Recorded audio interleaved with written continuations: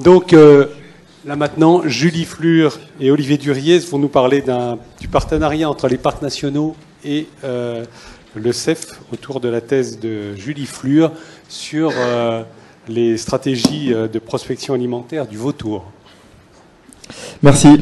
Je suis très content d'avoir été invité ici. Donc, je travaille à l'Université de Montpellier et au Centre d'écologie fonctionnelle évolutive avec Julie qui est doctorante. Donc on va parler d'une histoire, longue histoire commune entre les chercheurs, les parcs nationaux sur la thématique vautour. Tout a commencé par la réintroduction du vautour fauve dans les Grands Causses, qui a débuté dans les années 70 par une collaboration entre le Fonds d'intervention pour les rapaces, qui est passé le FIR qui est passé au LPO plus tard, et le parc des Cévennes. Donc il y a eu un gros programme d'abord d'élevage en captivité, puis 61 vautours relâchés entre 80 et 86. Le programme s'est bien poursuivi. Maintenant, on arrive à près de 500 couples sur les Grands Causses. Mais surtout, ce qui était intéressant dans ce cas, c'est qu'il y a eu un gros programme de suivi qui a été initié par le parc des Cévennes, notamment un agent, Jean-Louis Pinat, qu'on voit ici sur cette photo, qui a été l'initiateur du programme de marquage individuel. Il a posé les premières bagues couleur, puis des bagues d'Arvik, pour avoir un meilleur suivi de la survie, des déplacements individuels, également un suivi de nidification qui a commencé dans les années 80 et qui s'est poursuivi jusque-là. On est à plus de 1500 oiseaux bagués au nid comme cela, donc c'est pas des bagages faciles, c'est pas des captures simples, il faut descendre sur les nids en falaise. Ce qui fait qu'en tout cas, c'est la population de vautours la mieux suivie au monde, de loin. Et ces données de grande qualité ont permis déjà une première thèse de doctorat. Alors c'est la thèse de François Sarrazin qui a commencé de 92 à 95. C'est vraiment une initiative. Cette thèse n'est pas venue des scientifiques, c'était le FIR et le parc des Cévennes qui sont venus interroger les scientifiques et qui ont trouvé une écoute attentive de la part de Robert Barbeau et Jean-Marc Thiollet au laboratoire d'écologie de Paris 6. Donc François fait sa thèse sur les dynamiques des populations réintroduites avec un gros focus sur le vautour fauve, et il a continué sa carrière en obtenant la première chaire d'enseignant-chercheur en biologie de la conservation en France. C'était à l'université Pierre et Marie Curie à Paris. Il a poursuivi avec des bouquins de la biologie de la conservation, etc. Bon, je vais pas faire son éloge, mais il a quand même été assez important dans cette thématique-là. Il a poursuivi ses études avec de nombreux étudiants qui ont fait des différentes thèses. D'abord sur la viabilité démogénétique, les comportements alimentaires des vautours avec deux thésardes. La démographie, la sélection de l'habitat entre les Causses et les Alpes. Ensuite, l'habitat du vautour moine, qui a été réintroduit un peu plus tard, après des modélisations de stratégies d'alimentation et de services écosystémiques. Et donc on voit que ça prend de l'ampleur, mais toujours avec un focus un peu vautour.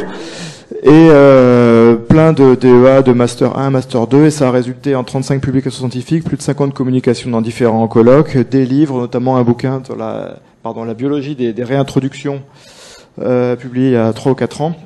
Donc au final, l'expérience vautour a fait des émules, autant au niveau opérationnel, au niveau des gestionnaires pour les modalités de réintroduction et de gestion des populations de vautours ailleurs dans le monde, et également pour les études scientifiques, pour lancer des études sur du très long terme, notamment du suivi individuel.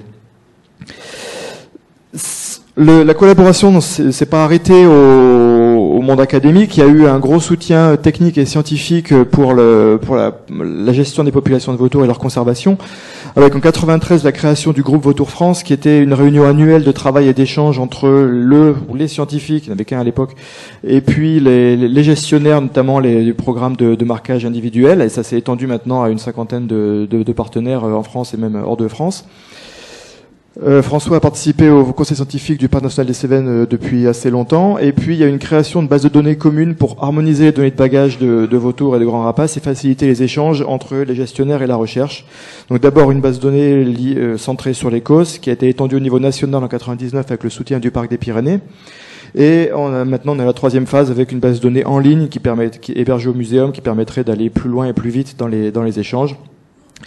Bon, il y a eu d'autres choses aussi. Maintenant, une application forte dans différents lives. Il y a eu un live Percnopter, maintenant un live sur le JPAET et la connexion entre les Alpes et les Pyrénées. Bref, beaucoup d'actions techniques au-delà du côté académique. Moi, je suis arrivé un peu plus tard dans le cadre d'un postdoc sur l'écologie alimentaire et démographique des vautours fauves. Donc, c'était un projet ANR entre 2008 et 2011, et qui s'appuyait fortement sur des suivis de trajets alimentaires de vautours fauves, suivis par balise GPS dans les COS, initialement, avec un double volet. Un volet fondamental qui voulait étudier l'influence des comportements alimentaires sur le succès reproducteur et la survie des vautours pour imaginer établir la trajectoire de population. Et d'autre part, un volet plus appliqué, qui était l'utilisation des charniers et des placettes d'équarrissage naturel par les éleveurs comme un mode de gestion des populations de vautours. Donc un volet sociétal beaucoup plus fort. Donc ce projet ANR dépendait évidemment du CNRS et de l'UPMC et du muséum, mais également impliquait fortement le Parc des Cévennes et la LPO. Donc le programme a mis un peu de temps à commencer au niveau technique et pratique sur le terrain, mais il a quand même résulté à partir de 2011 en un stage de master qui a permis d'étudier les premiers domaines vitaux de vautours sur un grand échantillon et sur une période de temps assez longue, mais qui a aussi montré les limites de cette étude par des domaines vitaux, qui est un peu une concaténation d'utilisation de l'espace en une seule image. Et on s'est rendu compte qu'il fallait aller plus loin dans l'étude des trajets, notamment l'étude des trajets journaliers, pour comprendre ce que font les vautours au jour le jour en fonction des conditions météo, de plein de choses qu'on vous parlera plus tard. Donc il fallait continuer par plus que des stages de master, une thèse sans doute pour analyser des millions de positions GPS qui s'accumulaient au cours du temps. On parlera du technique GPS plus tard avec Julie. Donc on a pensé assez rapidement à une collaboration entre le Parc des Cévennes, le Parc des Pyrénées et PNF comme agent fédérateur, je dirais, parce que c'est un projet fédérateur entre les parcs concernés, des thématiques assez transversales entre les différents parcs de montagne. Et puis les vautours eux-mêmes voyagent entre les parcs. On a plusieurs exemples d'oiseaux marqués qui ont été vus des oiseaux cosnards vus dans les Pyrénées ou dans les Alpes, même des oiseaux pyrénéens qui vont passer l'été au Mercantour en passant par les Causses pour revenir. Donc les oiseaux font eux-mêmes la transition entre les parcs. Un même individu peut fréquenter plusieurs parcs. Cette collaboration permettait aussi une mutualisation des moyens en réponse aux problématiques de gestion commune dans les parcs nationaux et au-delà des parcs nationaux. Les parcs nationaux étant un peu une espèce de zone d'atelier, pour le coup, des problématiques vautours et de leur gestion applicables après à des PNR ou d'autres réserves. Donc on a mis du temps à monter cette thèse, 3 ans, parce qu'on a essayé plusieurs problématiques, plusieurs montages financiers, je dirais. Donc on est resté pas mal de temps sur un projet de thèse CIFRE, que peut-être personne connaissent ici. Donc le système CIFRE, ça s'appuie sur l'ANRT, l'Agence nationale de recherche et technologie, qui est une convention tripartite entre le candidat doctorant, le laboratoire d'accueil et une entreprise, ou du moins une structure d'accueil qui devra être l'employeur du candidat. L'intérêt, c'est que l'ANRT verse une subvention annuelle de 14 000 € pour la thèse, plus un crédit d'impôt recherche pour l'employeur.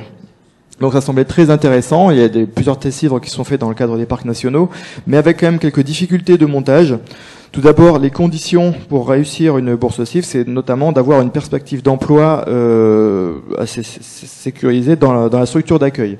Bon, malheureusement, la dynamique d'emploi dans les parcs nationaux s'est pas améliorée dans les dernières années, vous êtes tous au courant. Donc il y a la réduction des ETP dans les parcs nationaux ne permettait plus de consacrer un ETP complet à un projet de recherche qui aurait été forcément vécu au détriment d'autres missions de police, de technique, etc. Donc finalement, il a semblé assez difficile de présenter une bourse CIFRE avec en proposant que le parc national soit l'employeur. Donc on est passé sur autre chose progressivement, notamment un projet de thèse avec l'école doctorale de Montpellier et qui s'appelait SIBA, qui a changé de nom, qui s'appelle Gaïa maintenant, avec quelques avantages quand même. Donc on demandait un demi-financement de thèse qui était sur concours, uniquement sur la qualité du candidat, sur son CV et sur sa motivation. Et l'autre avantage de l'école doctorale, c'est que les demi-financements sont avantagés par rapport à des financements complets, sachant que l'école doctorale préfère financer 2 demi-thèses qu'une thèse complète. Mais il fallait quand même trouver un autre demi-financement. Donc finalement, on a réussi à s'arranger entre le Parc des Cévennes, le Parc des Pyrénées et PNF pour que chacun apporte un tiers du financement pour arriver à une demi-bourse de thèse et présenter ce sujet. Je laisse la parole à Julie. C'est bon. Donc c'est cette dernière solution qui a été retenue. Donc je suis partie pour 3 ans de thèse, donc en collaboration avec PNF, le PNC et le PNP. Donc j'ai 5 minutes chrono pour vous présenter dans les grandes lignes ma thèse que j'ai commencée il y a 1 an sur les stratégies de prospection alimentaire des vautours fauves et les mesures de gestion associées. Donc un rappel très bref sur l'écologie des vautours. Ce sont les seuls vertébrés terrestres à être des charognards stricts, et pour cela ils ont développé des adaptations particulières pour rechercher et consommer des cadavres d'animaux morts exclusivement.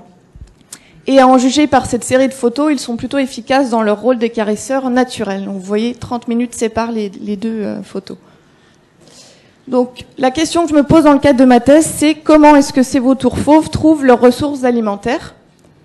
Et ce, dans 2 régions contrastées en termes de gestion des ressources.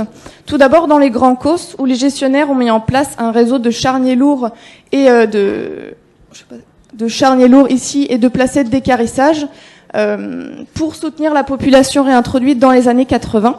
Donc on se trouve ici avec 2 types de soutien alimentaire qui ont rendu les ressources prévisibles à la fois dans l'espace, mais également parfois dans le temps.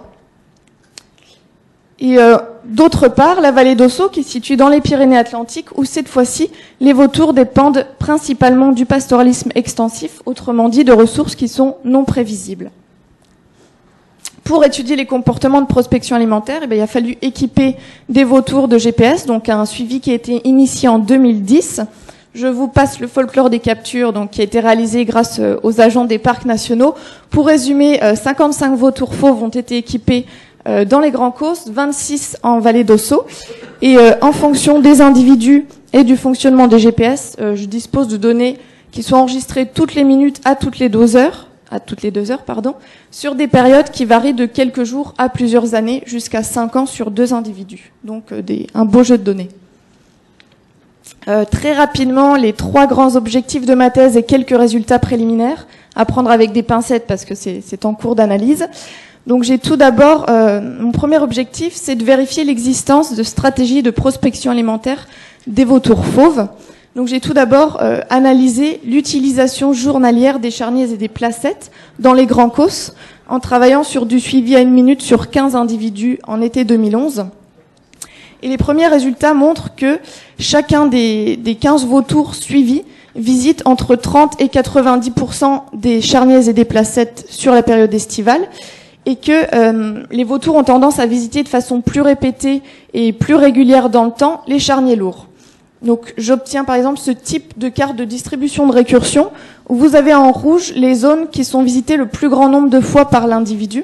Donc par exemple ici, cet individu, on voit qu'il est venu de façon récurrente ici c'est le charnier lourd de Cassagne, et ici sur le site de Sainte-Lucie. Donc des visites très répétées sur des sites où il y a la fréquence de dépôt de carcasses est de l'ordre de 2 à 3 fois par semaine, donc d'importants dépôts. Dans un second temps, j'envisage d'étudier l'utilisation de l'espace que font les vautours en vallée d'Ossau, enfin dans les Pyrénées, où cette fois-ci la ressource est non prévisible. Donc là, en regardant les premiers déplacements estivaux de quelques individus, on s'aperçoit que les vautours équipés en Ossau voyagent pas mal. Donc ici, vous avez la vallée d'Ossau, et donc des déplacements réguliers au Pays Basque et également en Espagne. Donc c'est une question que je vais creuser par la suite. Le deuxième objectif de ma thèse, qui est étroitement lié au premier, c'est de voir s'il y a des facteurs qui peuvent contraindre et ou guider les comportements de prospection des vautours. Donc tout d'abord, le lien avec la ressource alimentaire, la prévisibilité des ressources. Les premiers résultats montrent que plus la fréquence de dépôt de carcasses sur un site est élevée, plus les vautours ont tendance à visiter ce site de façon régulière et périodique dans le temps.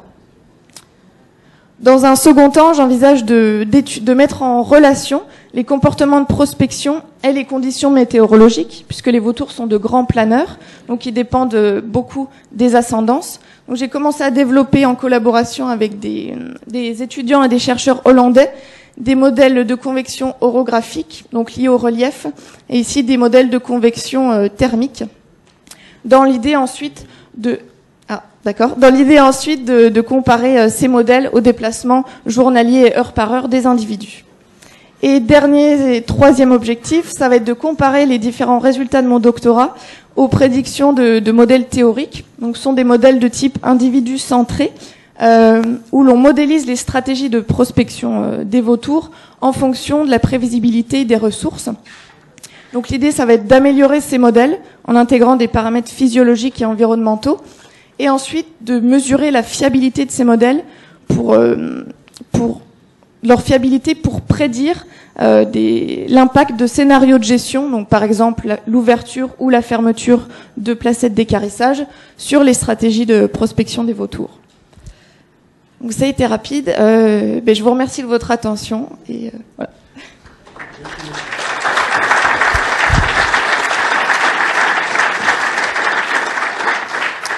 Merci beaucoup. C'était pas du tout facile de présenter dans un délai si court ces premiers résultats, mais on se donne rendez-vous donc dans 2 ans pour avoir l'ensemble des résultats avec l'ensemble des graphiques, l'ensemble des trajectoires, etc.